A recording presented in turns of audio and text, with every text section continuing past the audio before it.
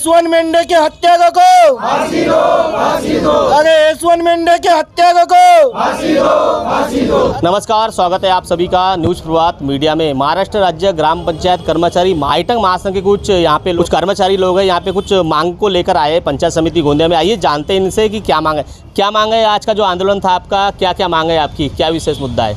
महाराष्ट्र राज्य ग्राम पंचायत कर्मचारी महासंघ अपनी प्रमुख 10 मांगों को लेकर आज संपूर्ण महाराष्ट्र में जिला परिषद और पंचायत समिति के सामने आंदोलन कर रहा है।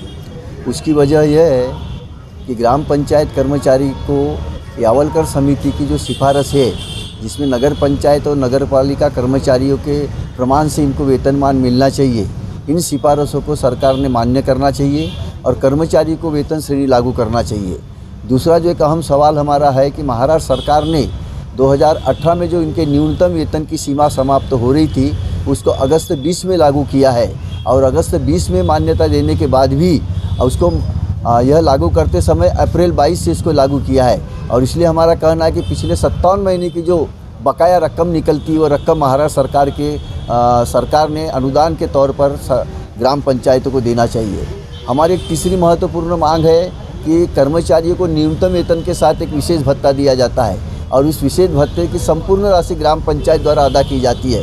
ग्राम पंचायत की आर्थिक स्थिति नहीं होने के कारण हमारी सरकार से बहुत सालों से मांग है कि रहनीमान या विशेष भत्ते की भी जो रकम है, सरकार ने अपने खजाने से ग्राम पंचायत को उपलब्ध कराना चाहिए। ऐसी हमारी प्रमुख 10 मांगे हैं। लेकिन ग्राम पंचायत के परिचर चपरासी है, उसकी कुछ 2 दिन पहले हत्या के मामला दर्ज किया गया था, क्या है विशेष हो? आज हमारे इस मोर्चे के माध्यम से हमने एक निषेध पत्र यहाँ के BDO साहब को और सरकार को दिया है।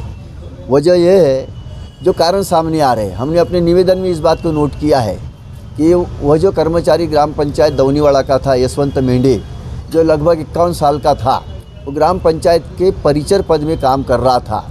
उसका जो आरोप है, जिन्होंने उसकी हत्या की है, हत्या का आरोपी है, उनका आरोप है कि यह जो कर्मचारी है, जितनी शासकीय योजनाएं आती है, उस शासकीय योजना का लाभ मिलने में अड़ंगा डालती, इसलिए मुझे योजनाओं का लाभ नहीं मिलता। हमने सरकार को बतलाया है कि इस कर्मचारी के हाथ में कुछ भी नहीं है, कौन सी योजना का लाभ देना, कौन सी योजना का लाभ नहीं देना, ये केवल परिचय है। सारे अधिकार पंचायत को है और बावजूद उस कर्मचारी को टारगेट बना करके उसकी हत्या की गई है। बड़े बुरे तरीके से उसकी हत्या की गई है।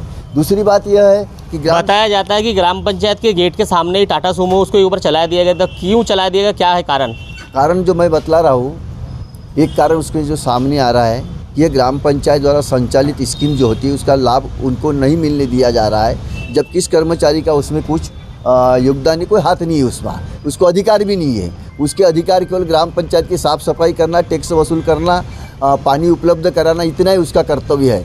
लेकिन यह कर्मचारी के पीछे वहाँ के जो संबंधित पदाधिकारी होंगे या अधिकारी होंगे, कर्मचारी पर सारे काम लाद देते हैं। ग्राम सेवक ने मुख्यालय में रहना चाहिए, नियम है, बावजूद इसमें इस तालुका का, जिले का एक भी ग्राम सेवक अपने मुख्यालय में नहीं रहता। गांव का हर टारगेट ग्राम पंचायत का कर्मचारी होता है, क्योंकि अधिकारी गांव में रहता ही नहीं। टैक्स वसूल करने के समय ग्राम पंचायत कर्मचारी जाता है, बाकी बातों में जब टैक्स वसूल करता है तब उसके गालियाँ खानी पड़ती है, यहाँ की सफाई नहीं हुई, पानी बराबर नहीं आया, हमको योजना का लाभ नहीं मिल रहा है।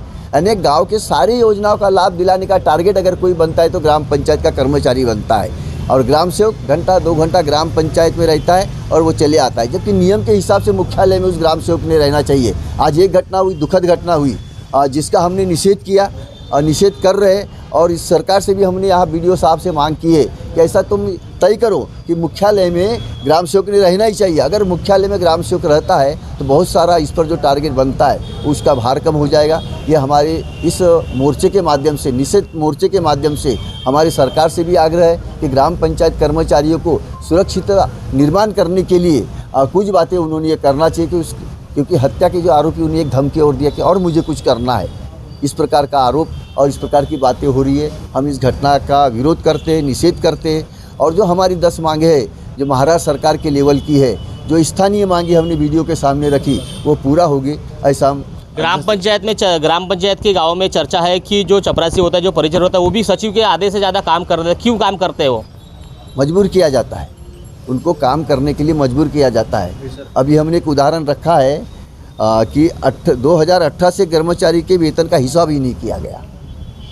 यानी गांव का आदमी है, दिए छोटा कर्मचारी है, इसका पगार रोक दिया जाएगा, इसको प्रताड़ित किया जाएगा, क्योंकि ग्राम पंचायत पर काम पर रखने का भी अधिकार सरकार ने ग्राम पंचायत को दिया है, तो काम पर से निकालने का भी अधिकार ग्राम पंचायत को दिया है। और इस हथियार का बड़े बुरे तरीके से उपयोग करके ग्राम पंचायत के कर्मचारी को प्रताड़ित किया जाता है। अभी आपने कहा कि सचिव साहब मुख्यालय में रहना चाहिए, ये आंदोलन आप कर रहे हो, निवेदन दे रहे हो, तो इस अगर सचिव साहब मुख्यालय में नहीं रहेंगे तो इसके बाद में आगे क्या भूमिका रहेंगे आपकी? दीपावली के पश्चात में और तीव्र आंदोलन करेंगे। हमारा अभी ये जो मोर्चा जिला परिषद के सामने जाएगा, सीईओ साहब के सामने मुद्दा उठाया जाएगा।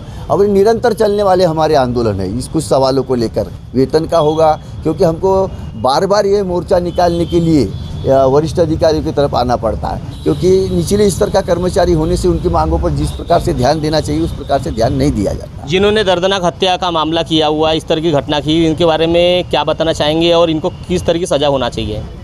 नियम के हिसाब से जो घटना घटी है, क्रूरतम तरीके से उसकी हत्या की है, और जो भी कल में भारतीय दंड विधान की धारा, आईपीसी की धारा, उसके तहत जो भी नियम है उसको कठोर से कठोर, हमने तो आज इस मोर्चे के माध्यम से हत्यारों को फांसी देने की भी मांग की है।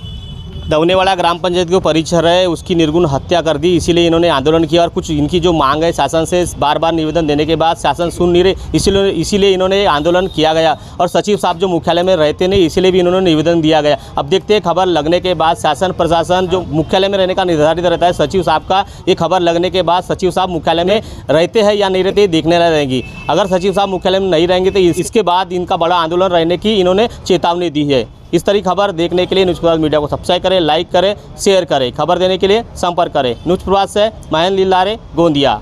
किमान वेतनाची 57 महिन्याची फरकाची रक्कम मिळायला पाहिजे।